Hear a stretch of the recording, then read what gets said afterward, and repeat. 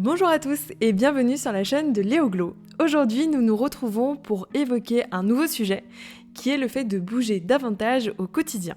En effet, on adopte tous plus ou moins un mode de vie qui est plutôt sédentaire et ça peut s'avérer problématique dans le sens où de toute façon on se muscle de moins en moins et même pire que ça, on perd nos muscles. Alors aujourd'hui, avec Thérèse, on va vous donner des astuces pour justement bouger davantage au quotidien, pour être en meilleure santé et aussi pour vous sentir mieux dans votre esprit.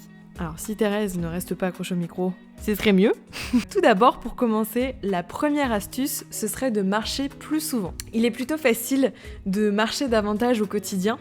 Le tout, en fait, c'est de savoir l'intégrer entre nos activités. Donc ça peut être une fois qu'on a fini une tâche, eh bien, on va s'aérer 5 minutes parce qu'il fait beau, admettons. Ça peut être l'occasion de sortir, ou bien même dans votre bureau, soit au travail, soit à la maison.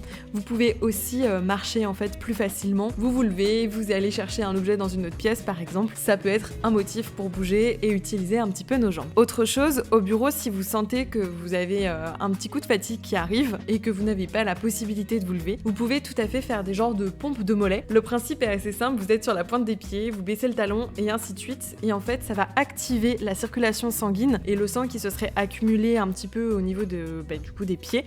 Et ça va réactiver en fait ce retour. On parle de retour veineux en médecine et donc l'objectif c'est vraiment de pouvoir retrouver un petit peu plus d'énergie, de réoxygénation et ça va vous faire vraiment du bien. Autre chose, ce serait boire un verre d'eau pour vous réveiller si vous êtes un petit peu endormi.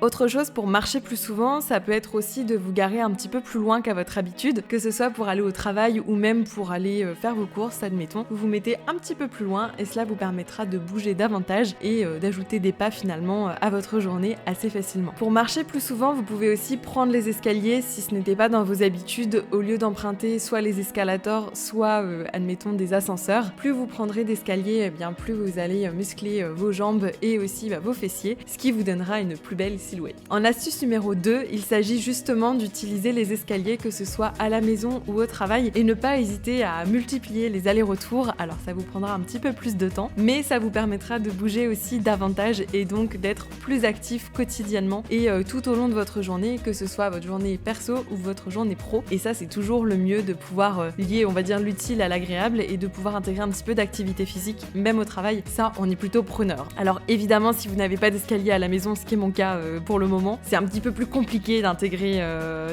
ça, en tout cas dans le quotidien, mais ça peut être plus facilement faire des allers-retours entre les pièces, admettons, ça peut aider quand même. Voilà, même si c'est jamais... Même si souvent ce qui me pousse justement à aller d'une pièce à l'autre, c'est ma tête de linotte parce que j'ai tendance à oublier ce que j'étais venue chercher initialement, ou alors à prendre la moitié de ce que je devais aller chercher. Ça m'arrive souvent. Si ça vous arrive aussi, bien, force à vous, nous sommes plusieurs du coup. L'astuce numéro 3, ce serait d'intégrer des exercices courts, que ce soit le matin avant d'aller travailler, tout au long de la journée ou le soir lorsque vous rentrez du travail. Ces exercices courts, ça peut être typiquement faire quelques squats à la maison, ça peut être faire un petit peu de gainage si vous avez un tapis, ça je vous le conseille vraiment. Acheter un petit tapis, ça coûte pas cher du tout, ça dépend de ce que vous prenez, mais si vous prenez vraiment le b.a.-ba, le plus simple, ce sera vraiment pas cher. Après, vous pouvez, pour vous motiver aussi, acheter un tapis avec des motifs parce que ça donne toujours un peu plus envie de s'exercer. Et ça peut être donc soit faire du squat, soit faire du gainage, ça peut être faire quelques exercices de pompe sur les genoux par exemple, ou même de faire des petites pompes au sol, ça peut être de faire des étirements aussi, admettons sur votre tapis. Il y a plein de choses que vous pouvez faire qui sont plutôt faciles et en tout cas rapides aussi à intégrer dans une routine, mais qui par contre vont porter leurs fruits et vont permettre de bouger en fait davantage quotidiennement et d'augmenter votre niveau d'activité physique. Alors concernant justement la quantité d'exercices à faire, on parle d'exercices qui sont plutôt courts, donc rien que d'exercer 15, 20 ou 30 squats, ce sera déjà super bien. De la même façon, d'exercer quelques secondes de gainage, je sais pas, admettons, commencer par 10 secondes si vous n'êtes pas habitué, puis passer à 20, puis passer à 30, voire même 1 minute lorsque vous serez davantage familier avec cet exercice et qu'il sera plus facile à exercer pour vous. D'ailleurs, on parle de gainage, ça peut être du gainage de face, du gainage de côté, pour muscler davantage les obliques. Si ça vous intéresse d'ailleurs une vidéo un peu plus complète sur le sport, n'hésitez pas à me le dire dans les commentaires et je pourrais vous faire une petite routine de sport de, admettons, 15-20 minutes en fonction du temps dont vous disposez, mais qui permettent en fait de bouger l'entièreté du corps pour justement rester actif et puis muscler toutes les zones, parce que plus on va muscler des zones du corps, plus on va augmenter finalement notre masse musculaire et ce sur tout le corps, et plus on va augmenter notre dépense énergétique au repos. C'est ça aussi qui est super intéressant lorsqu'on fait de l'activité physique, et encore plus quand on parle d'exercices polyarticulaires, donc qui vont monopoliser plus de muscles. Ça va vous permettre finalement d'augmenter vos dépenses caloriques et énergétiques sur la journée, et donc en fait, même en restant assis, vous brûlerez plus d'énergie qu'une personne qui ne fait pas du tout d'activité physique et qui est au repos. Ça, c'est quand même super chouette. Brûler plus alors qu'on ne fait rien, franchement, c'est pas mal. L'astuce numéro 4, ce serait d'activer votre commute. Et donc, ça peut être finalement vos trajets en fait pour aller au travail. Idéalement, les effectuer en fonction de l'endroit où vous travaillez et de l'endroit où vous vivez, évidemment. De les effectuer en vélo ou à pied si vous le pouvez. Et si vous habitez un petit peu plus loin, de prendre les transports en commun, mais par contre de descendre, admettons, une station avant ou deux pour vous permettre de marcher davantage. Et de la même façon, si vous vous garez, si vous utilisez votre voiture, de vous garer le plus loin possible du bureau ou de votre lieu de travail pour justement vous permettre de bouger un petit peu plus. On prend en fait finalement la place à l'extrémité du parking, mais l'extrémité la plus éloignée au lieu de prendre celle qui est la plus proche, celle qu'utilise quasiment tout le monde finalement. Globalement, on est tous un petit peu feignants et effectivement, bouger davantage, ça passe par là aussi, c'est se garer plus loin pour pouvoir exercer davantage de pas pour arriver au même endroit. L'astuce numéro 5, ce serait de se fixer des objectifs quotidiens. Effectivement, si vous vous fixez des objectifs, vous allez plus facilement prendre l'habitude d'intégrer ces exercices au quotidien et donc de bouger davantage.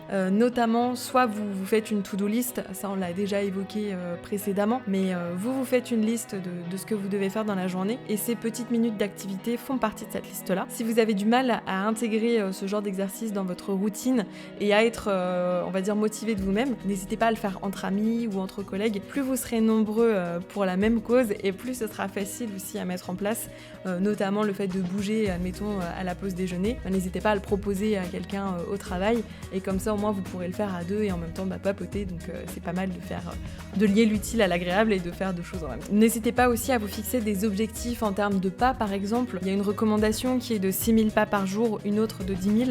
Dites-vous déjà que si aujourd'hui vous en faites 1500, passer à 2000 puis à 3000, c'est déjà énorme en fait.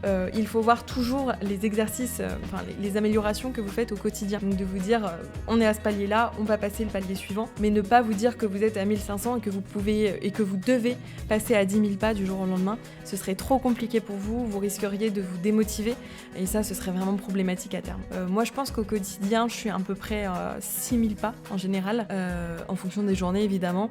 Si c'est une journée qui est assez chargée, je vais être plutôt à 10 000 pas. Et puis si c'est une journée où évidemment je vais randonner par exemple, là je serai à 20, 30, 40 000 sans problème. Pareil, lorsqu'on voyage et qu'on va visiter des endroits, il est toujours plus simple d'atteindre son nombre de pas. Mais malheureusement, on ne voyage pas au quotidien. Ça dépend de votre métier en tout cas, mais pour ma part, je ne voyage pas au quotidien. En termes de challenge aussi, vous pouvez vous fixer des objectifs comme courir une certaine distance à une course officielle par exemple. Ça peut aussi être de nager un petit peu plus. N'hésitez pas à vous baser sur des compétitions pour en faire vos objectifs et donc adapter aussi votre plan d'entraînement si vous êtes déjà sportif initialement. En tout cas, si vous ne l'êtes pas, vous pouvez tout à fait vous fixer dans l'agenda vraiment un moment dédié au sport et ça vous permettra de l'intégrer plus facilement. Vous créez comme un rendez-vous et c'est comme si vous alliez chez le médecin ou chez le dentiste. Eh bien, vous êtes obligé, vous obligez du moins, à réaliser cette séance à ce moment-là avec cette durée-ci en fait. Pour bouger plus facilement, l'intérêt ça va être de faire des disciplines qui vous plaisent, comme la danse par exemple. Ça peut tout à fait être lancer une playlist sur YouTube et puis danser, soit avec des mouvements qui vous viennent en tête, soit même mettre des chorégraphies de danse à apprendre directement. On n'est pas obligé de faire de la course à pied, de faire du fitness pour pouvoir bouger. Ça peut être plein d'activités et de disciplines différentes. Il existe tellement de sports qu'il y en a forcément un voire plusieurs, qui vous correspondent. Le tout, c'est de tester, c'est d'essayer, et puis c'est d'apprivoiser finalement ce sport-là. Mais je suis sûre que vous trouverez chaussures à votre pied, c'est pas possible autrement. Pour ma part, j'exerce pas mal de sports du coup, puisque je fais de la course à pied, je fais aussi du pilates, du yoga et du fitness. Globalement, ce sont les 4 sports que je vais exercer, et puis je fais de la randonnée, mais surtout sur les périodes printemps-été. Là, je vous avoue que l'été tarde un petit peu à pointer le bout de son nez. Là, au moment où je vous parle, là, il fait tout gris. On se croirait au mois de novembre, alors que nous sommes au mois de juin. Mais je sais que nous ne sommes pas la seule région touchée en France par ce mauvais temps. Alors, on y croit. Et puis, en tout cas, nous, on va essayer de faire venir le soleil, quoi, comme on peut. Avec notre positivité, ça va déjà un petit peu aider. Concernant aussi du coup, le 5e conseil, ça peut être de suivre aussi vos progrès. Alors, soit à travers un bullet journal, si c'est ce que vous utilisez, ou à travers un mood tracker, il me semble.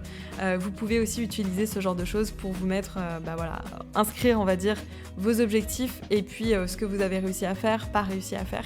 Mais ça peut être motivant de vous dire que vous l'enregistrez en fin de journée. Comme ça, au moins, vous savez que vous l'avez fait et vous avez un petit sentiment d'accomplissement qui va s'en suivre. Et ça, c'est génial, en fait. C'est la plus belle récompense qu'on puisse avoir. Est-ce que tu vois d'autres choses, toi, Thérèse, comme conseil ?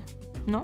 On a fait le tour ? Eh bien écoutez, c'était mes 5 conseils pour bouger plus facilement au quotidien. Si la vidéo vous a plu, n'hésitez pas à la liker, à la commenter, à la partager, que ce soit à vos amis, à votre famille ou à vos collègues. N'hésitez pas également à vous abonner, c'est la meilleure façon de soutenir la chaîne. J'espère que cette vidéo vous a plu et vous aura aidé en tout cas à trouver des astuces pour bouger plus facilement. Si vous avez d'autres idées, n'hésitez pas à les partager dans les commentaires. Sur ce, je vous souhaite une très belle journée, je vous remercie d'avoir visionné cette vidéo et j'ai hâte de vous retrouver dans une prochaine vidéo sur la chaîne de Léo Glow. À bientôt!